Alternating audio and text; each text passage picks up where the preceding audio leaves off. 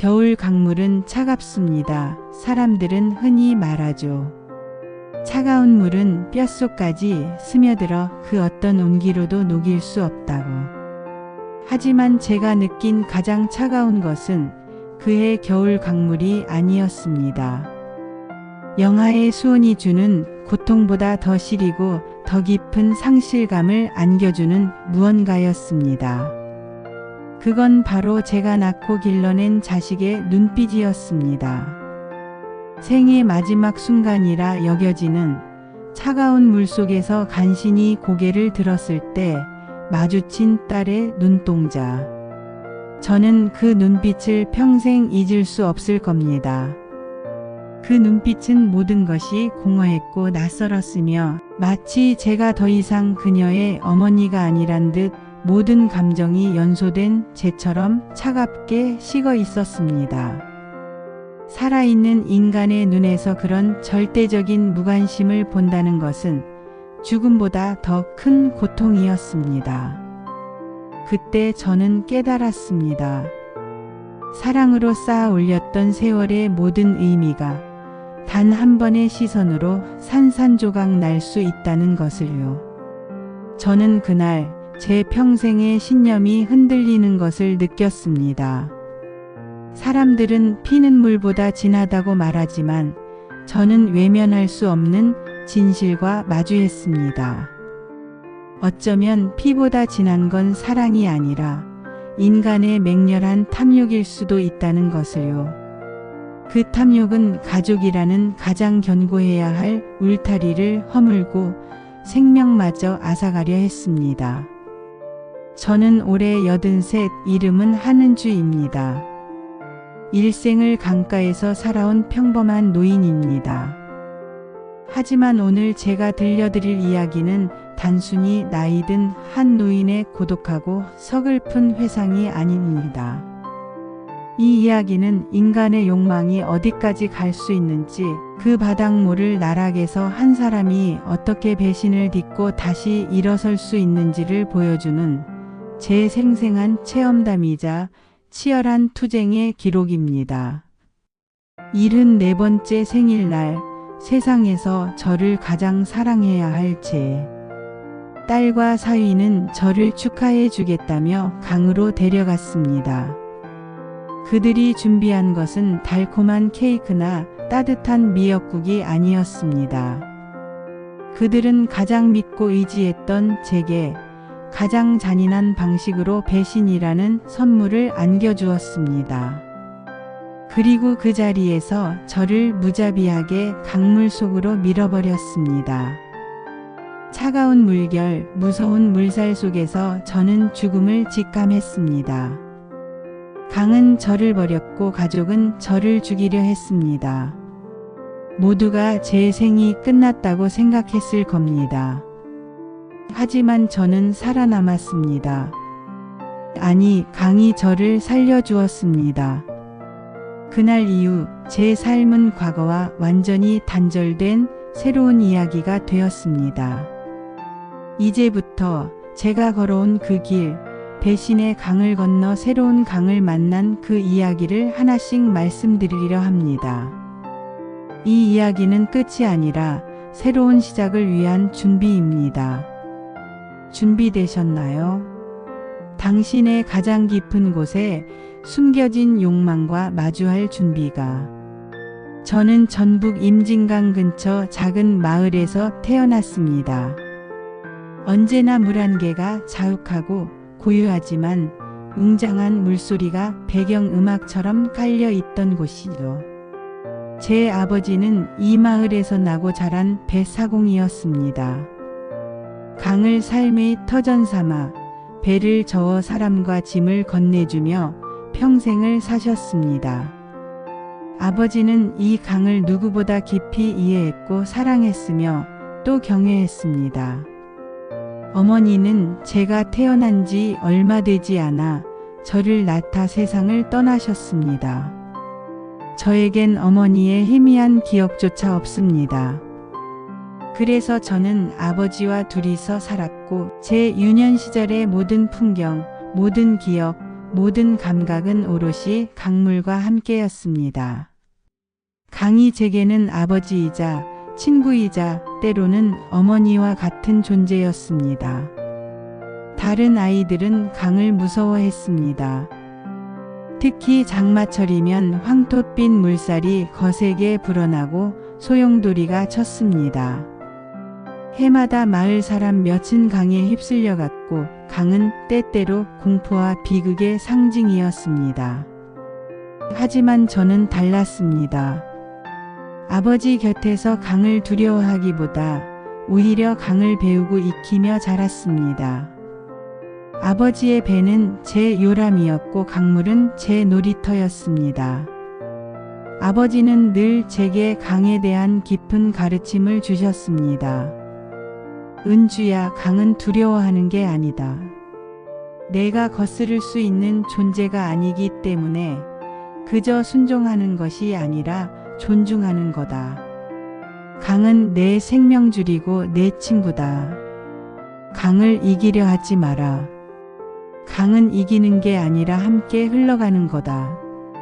그 말씀들은 단순한 훈육이 아니라 제 마음 깊은 곳에 뿌리 내린 삶의 철학이 되었습니다. 저는 일찍부터 수영을 배웠고 강물의 움직임, 즉 물살을 읽는 법을 익혔습니다. 잔잔한 수면 아래 숨겨진 물의 힘을 감지하고 파도가 일렁일 때 언제 몸을 맡겨야 하는지, 거대한 소용돌이가 생기면 어느 방향으로 빠져나와야 하는지, 저는 머리가 아닌 몸으로 온몸의 감각으로 체득했습니다. 저는 강가의 돌멩이, 물풀, 물고기, 그리고 강을 지나는 바람의 냄새까지도 사랑했습니다. 강은 제게 고향이었고 제 정체성이었습니다. 어린 마음에도 저는 확신했습니다. 나는 이 강의 일부이며 나는 강의 딸이라는 것을요. 강은 저를 키웠고 언젠가 강은 저를 보호해 줄 것이라고 믿었습니다. 그 믿음은 수십 년이 지난 후 제가 가장 절망적인 순간에 처했을 때 기적처럼 저를 구해내는 힘이 되었습니다. 강은 제게 생명을 주었고 저는 그 생명으로 살아왔습니다. 저는 강의 딸로 태어났고 강의 딸로 죽을 운명이라고 생각했습니다. 하지만 그 운명은 저의 가장 소중한 사람들에 의해 가장 극적인 방식으로 뒤집히게 됩니다. 세월이 흘러 저는 고향을 지키는 남자, 제 평생의 동반자였던 남편을 만나 가정을 꾸렸습니다. 저희는 강을 누구보다 사랑했습니다. 그래서 선택한 곳이 강이 시원하게 내려다 보이는 언덕 위 작은 터였습니다. 우리는 그곳에 함께 힘을 모아 작은 집을 지었습니다.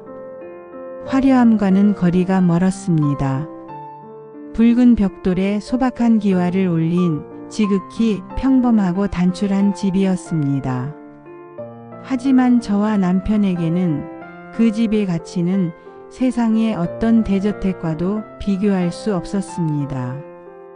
아침에 눈을 뜨면 창밖 가득 펼쳐지는 강물의 은빛 물결을 볼 수 있다는 사실. 하나만으로도 그 집은 제겐 세상에서 가장 값지고 평화로운 보금자리였습니다. 이 집은 단순한 거주 공간이 아니었습니다. 결혼하여 딸을 낳고 기르는 동안 남편과 함께 한 모든 추억이 배어 있는 곳이었습니다. 딸의 첫걸음, 남편과 함께 끓인 된장찌개 냄새, 강을 바라보며 나누었던 수많은 대화들, 그리고 늙어가는 서로를 바라보며 보낸 수십 년 세월의 땀과 눈물이 깃든 곳이었습니다. 동네 사람들은 저를 강할머니라 불렀고 그 호칭은 이 집과 저를 하나로 묶어주는 훈장과도 같았습니다. 남편은 성실하게 평생을 일했습니다. 그리고 제가 60을 넘긴 해 조용히 제 곁을 떠났습니다. 그 후 저는 홀로 그 집을 지키며 살았습니다.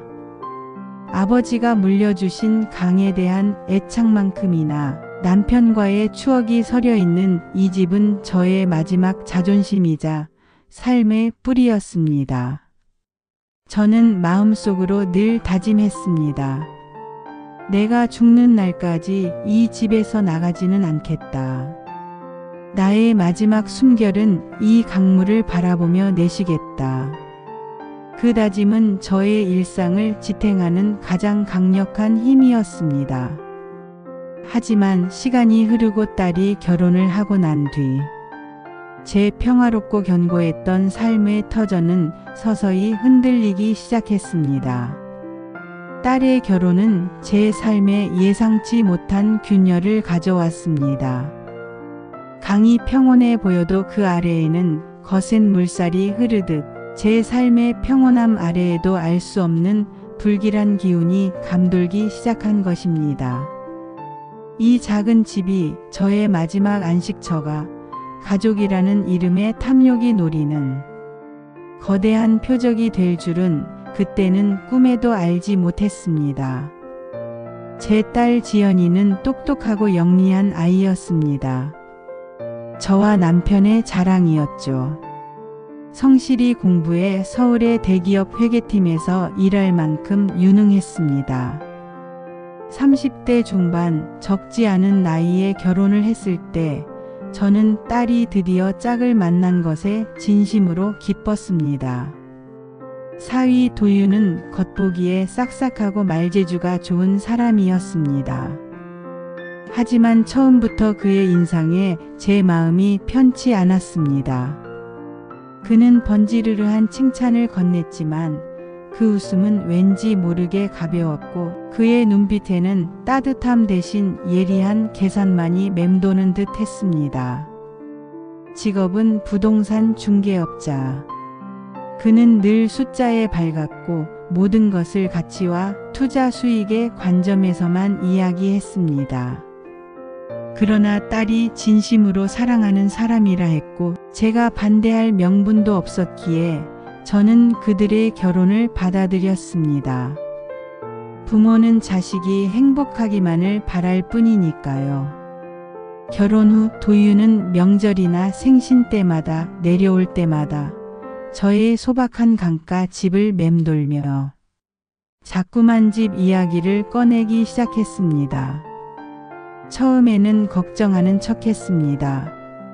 장모님, 이 집은 정말 멋지긴 하지만 너무 낡았습니다. 난방비도 많이 들고 계단도 많아서 겨울엔 위험하지 않으세요? 요즘 세상에 엘리베이터도 없고 생활이 불편하지 않으십니까? 차라리 이 좋은 땅을 정리해서 편한 아파트로 가시는 게 훨씬 낫습니다. 저는 나는 강물 없이는 못 산다. 아파트는 감옥 같다며 대수롭지 않게 넘겼습니다. 저는 그저 그들의 걱정이려니 했습니다. 하지만 시간이 갈수록 사위의 말은 점점 더 직설적이고 집요하게 변해갔습니다. 그는 이 집이 가진 개발 가치와 시세를 끊임없이 언급했습니다. 그들의 관심사는 더 이상 저의 안위가 아니라 이 집이 상징하는 돈이었습니다. 그리고 가장 고통스러웠던 변화는 딸까지 그의 말에 동조하기 시작했다는 사실입니다. 엄마, 아빠가 물려주신 건 알지만 이제 우리가 모시는 게 맞잖아. 우리가 좋은 아파트로 모실게. 이 땅은 어차피 몇 년 안에 개발될 거야. 지금 파는 게 우리한테도 엄마한테도 가장 이득이야. 예전에는 제 곁을 지키며 엄마, 이 집에서 오래오래 사세요라고 말하던 딸이 이제는 남편 편에 서서 제게 이 집을 팔라고 자신의 노후와 안정을 위해 저의 추억과 마지막 안식처를 포기하라고 노골적으로 요구했습니다. 그녀의 눈빛과 말투는 사위와 똑같이 변해 있었습니다.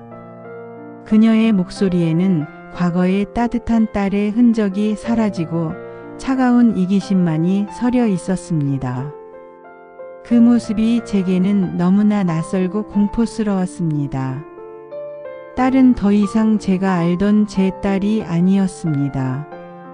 그 순간 저는 처음으로 깨달았습니다. 제가 그토록 믿었던 피로 이어진 가족의 끈도 탐욕이라는 거대한 파도 앞에서는 속절없이 변질되고 끊어질 수 있다는 것을요. 그들의 지묘한 요구는 제 마음속에 깊은 배신의 그림자를 드리우기 시작했습니다. 이 그림자는 곧 저의 생명을 위협하는 칼날이 될 줄은 그때는 아직 몰랐습니다. 탐욕의 그림자가 드리운 지 꽤 오랜 시간이 흘렀을 무렵 제 74번째 생일 아침이 밝았습니다. 아침 일찍 딸 지연이에게 전화가 걸려왔습니다. 엄마, 오늘은 특별한 날이니까 우리가 근사하게 모실게. 오랜만에 엄마 좋아하는 강에서 유람선을 타자. 강바람 시원하게 쐬게 해줄게. 저는 순간 가슴이 뭉클했습니다. 혹시 내가 너무 딸과 사위를 의심했던 건 아닐까? 아직도 딸의 마음속에는 나에 대한 사랑과 존중이 남아 있을지도 모른다고 생각했습니다. 그들의 요구에 지친 제 마음은 딸의 평범한 생일 초대 한마디에 속절없이 무너져 내렸습니다. 저는 오랜만에 설렘을 느끼며 낡은 옷 대신 가장 아끼는 옷을 꺼내 입었습니다. 약속 장소에 도착했을 때 딸과 사위는 평소보다 더 환하게 웃고 있었습니다. 준비된 유람선은 꽤 작고 아담한 크기였습니다. 배에 오른 사람은 저와 딸 그리고 사위뿐이었습니다. 조용한 강물 위를 미끄러지듯 나아가는 배 위에서 사위는 저를 위해 직접 잔을 들었습니다. 장모님, 생신 진심으로 축하드립니다. 저희가 장모님께 멋진 선물 하나 준비했으니 오늘 이 축하주를 드시고 오래오래 건강하셔야 합니다. 그가 종이컵에 따라 건넨 술에서 이상한 쓴맛과 함께 묘한 향이 느껴졌습니다. 술이 좀 독한가 싶었지만 사위의 환한 미소와 딸의 재촉에 저는 아무 의심 없이 들이켰습니다. 하지만 그 쓴맛이 목구멍을 타고 내려가는 순간 온몸의 감각이 이상해지기 시작했습니다. 머리가 몽롱해지고 몸이 급격하게 무거워졌습니다. 불길한 예감이 전신을 감싸 안으며 심장이 미친 듯이 뛰기 시작했습니다. 아니냐, 설마 내 자식이. 저는 그 끔찍한 생각을 필사적으로 떨쳐내려 했습니다. 그리고 그 불길한 예감은 곧 가장 잔인한 현실이 되었습니다.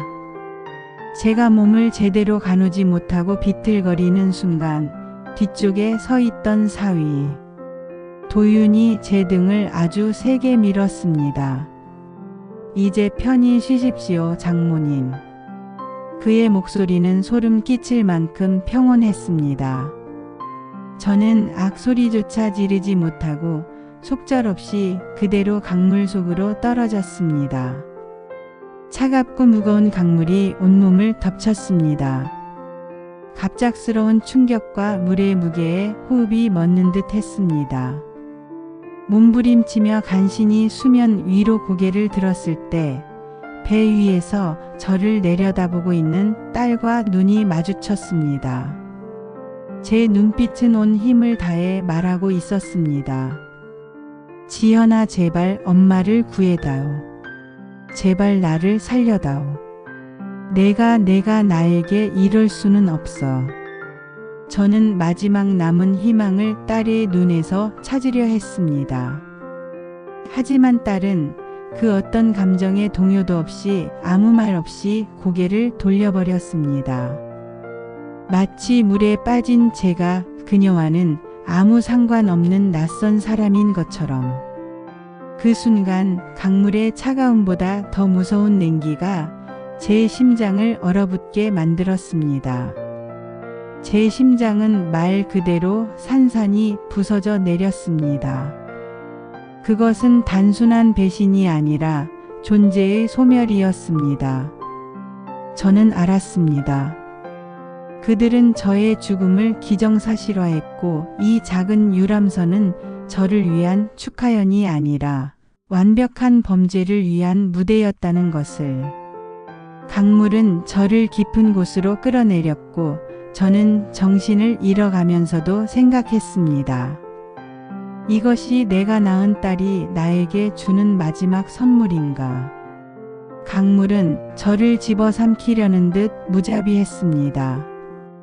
배신감에 얼어붙은 몸은 순식간에 얼음장 같은 물에 잠식당했습니다. 74살 노인의 몸은 물의 무게를 이기지 못하고 깊은 곳으로 가라앉기 시작했습니다. 호흡은 점점 거칠어졌고 몸을 움직일 기력조차 사라지는 듯 했습니다. 이젠 끝이구나. 내 삶의 강이 여기서 멈추는구나. 저는 죽음을 직감했습니다. 하지만 바로 그 순간 제 손목에 걸린 낡은 물건 하나가 차가운 물속에서도 빛을 발하며 눈에 들어왔습니다. 아버지가 제게 물려주신 강물에서도 끄떡없도록 견고하게 만들어진 방수 시계였습니다. 그 낡은 시계의 초침 소리가 제 환청 속에서 아니, 어쩌면 제 영혼 속에서 마치 제게 속삭이고 있는 듯 했습니다. 은주야, 포기하지 마라. 강은 내 친구다. 내가 살아야 한다. 이대로 끝낼 수 없다. 그 소리는 단순한 소리가 아니었습니다. 그것은 아버지의 목소리였고 제가 강가에서 살아온 수십 년 세월의 강한 의지였습니다. 배신은 저를 죽였지만 강은 저를 살리려 한다는 역설적인 깨달음이 온몸에 전율처럼 퍼졌습니다. 저는 필사적으로 정신을 차렸습니다. 나는 강의 딸이다. 강을 두려워하는 게 아니라 존중하는 법을 배웠다. 저는 물속에서 발버둥치는 대신 아버지에게 배운 대로 물살의 흐름을 읽기 시작했습니다. 몸의 긴장을 풀고 물이 흐르는 방향으로 몸을 맡기면서도 팔과 다리는 쉼없이 움직여 생존의 길을 찾았습니다. 물살이 거세지면 물속으로 잠시 몸을 낮췄고 잠잠해지면 다시 수면 위로 올라와 호흡을 가다듬었습니다. 한 번, 두 번, 수십 번 몸은 점점 무거워지고 근육은 고통을 호소했지만 제 마음속의 불씨, 복수와 생존의 의지는 꺼지지 않았습니다. 해가 지고 밤이 찾아왔습니다. 사방은 짙은 어둠에 갇혔고 유람선은 이미 시야에서 사라진 지 오래였습니다. 강은 이제 완전히 저 혼자였습니다. 밤하늘의 달빛이 강 위에 길게 비쳤습니다. 저는 그 희미한 빛을 따라가듯 오직 살아야 한다는 본능 하나만으로 헤엄쳤습니다. 무려 8시간 동안 저는 차가운 강물과 사투를 벌였습니다. 4km가 넘는 상상할 수 없는 거리를 오직 정신력으로 헤엄쳐 나갔습니다. 제가 물속에서 익힌 모든 지식, 모든 경험, 모든 기술이 총동원된 처절한 사투였습니다. 마침내 강가 모래톱에 닿았을 때 제 몸은 만신창이가 되어 있었습니다. 찢기고 긁히고 얼어붙은 몸은 더 이상 제 것이 아닌 듯 했습니다. 하지만 저는 알 수 있었습니다. 저는 살아 있었습니다. 배신자들의 소나기에서 벗어나 가장 위협적인 순간에 저를 받아주고 살려낸 강의 품에서 저는 새로운 생명을 얻었습니다. 이 생명은 과거의 저와는 다를 것이었습니다. 저는 이제 복수와 재건을 위한 생명을 얻은 것입니다. 저는 강가에 쓰러진 채 한참 동안 쏟아지는 눈물을 참지 못했습니다. 저의 74년 인생을 송두리째 뒤흔든 배신과 그 배신을 이겨낸 생존의 기쁨이 뒤섞인 눈물이었습니다. 하지만 정신을 차렸을 때 저를 강물에 밀어넣은 그들에게 가장 큰 복수를 해야 한다는 냉정한 결심이 제 마음을 지배했습니다. 저는 경찰에 알리지 않았습니다. 그들에게 법적인 처벌을 내리는 것보다 그들이 가장 탐냈던 것을 영원히 빼앗는 것이 더 큰 복수라고 생각했습니다. 그들은 제가 죽었으리라 확신하고 제 집을 차지할 준비를 하고 있을 것입니다. 저는 곧바로 병원으로 가는 대신 며칠 동안 몸을 추스른 후 변호사를 찾아갔습니다. 그들의 탐욕이 이 집에서 시작되었으니 이 집을 포함한 제 모든 유산이 그들의 손에 단 한 푼도 들어가지 못하게 해야 했습니다. 저는 제 유언장을 완전히 새롭게 바꿨습니다. 저의 강가 집과 모든 재산을 강마을 공동체에 기부하도록 명시했습니다.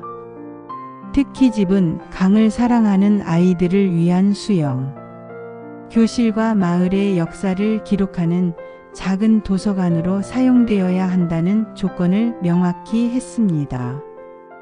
이로써 딸과 사위는 평생 그 집을 탐내고도 영원히 소유하지 못하는 고통을 겪게 될 것입니다. 그리고 저는 강가로 돌아왔습니다. 저의 새로운 삶은 아이들을 가르치는 일에서 시작되었습니다. 저는 동네 아이들에게 제가 평생 강에서 배운 지혜, 즉 수영하는 법, 물살을 읽는 법, 그리고 강을 존중하는 법을 가르치기 시작했습니다. 처음엔 몇 명 안 되던 아이들이었지만 입소문을 타면서 점점 늘어나 마을 전체가 함께하는 작은 강의 학교가 되었습니다. 아이들은 저를 예전처럼 친근하게 강할머니라 불렀고 그들의 맑은 눈빛 속에서 저는 잃었던 생의 의미와 활력을 되찾았습니다. 제가 가진 지식을 나누니 오히려 제 삶이 더 풍요로워졌습니다. 세월은 흘렀습니다. 9년이라는 시간이 강물처럼 흘러갔습니다. 그동안 딸은 남편 도윤과 결국 이혼했고 사업도 실패하여 궁핍한 처지에 놓였다는 소식이 들려왔습니다. 탐욕으로 시작된 관계는 결국 탐욕으로 인해 파국을 맞이하는 것을 보며 강이 제게 가르쳐준 존중하지 않는 사람은 반드시 벌을 받는다는 첫 번째 가르침을 되새겼습니다. 어느 늦은 가을, 딸은 낡은 차림으로 제 집 앞을 찾아왔습니다. 제가 아이들을 가르치고 있는 모습을 멍하니 바라보던 그녀는 제가 수업을 마쳤을 때 조심스럽게 다가왔습니다. 엄마 용서해달라는 말은 못하겠어요. 제가 엄마에게 저지른 죄는 용서받을 수 없다는 것을 압니다. 하지만 딱 한 번만 이 문 앞에서라도 앉아 이야기할 수 있을까요? 그녀의 눈빛은 9년 전 강물 위에서 저를 내려다보던 그 차가운 눈빛이 아니었습니다. 깊은 후회와 고통, 그리고 상실감이 서려 있었습니다. 저는 오랫동안 침묵하다가 강물처럼 조용히 집안이 아닌 마당에 의자 2개를 내밀었습니다. 강물은 결코 거꾸로 흐르지 않습니다. 이미 흘러간 물은 되돌릴 수 없죠. 하지만 강물은 멈추지 않고 굽이치며 새로운 길을 내고 새로운 물을 맞이하며 흘러갑니다. 제 용서도 그렇습니다. 그녀의 죄를 덮어주는 것이 아니라 그 죄를 등에 지고 앞으로 나아가기 위한 힘이었습니다. 저는 딸에게 말했습니다. 용서는 약함이 아니라 내가 다시 흘러가기 위해 너를 놓아주는 힘이다. 너도 내 강을 찾아 흘러가거라. 강은 제게 3가지 깊은 가르침을 주었습니다. 첫째, 존중하지 않는 사람은 반드시 벌을 받는다는 것. 강을 거스르려 했던 자는 결국 자신의 삶을 잃었습니다. 둘째, 지식은 나눌수록 커진다는 것. 강에 대한 제 지혜를 아이들에게 나누니 제 삶은 더욱 충만해졌습니다. 셋째, 용서는 약함이 아니라 내가 과거의 짐을 내려놓고 다시 흘러가기 위한 힘이라는 것. 강은 제 삶을 2번이나 앗아가려 했지만 2번 다 저를 다시 돌려보냈습니다. 첫 번째는 생명으로, 2번째는 지혜로 말입니다. 그 덕분에 저는 배신의 강을 건너 새로운 삶의 강으로 꿋꿋이 나아갈 수 있었습니다. 그리고 지금 저는 83세 나이에도 여전히 강가에서 아이들의 웃음소리를 들으며 행복하게 살고 있습니다.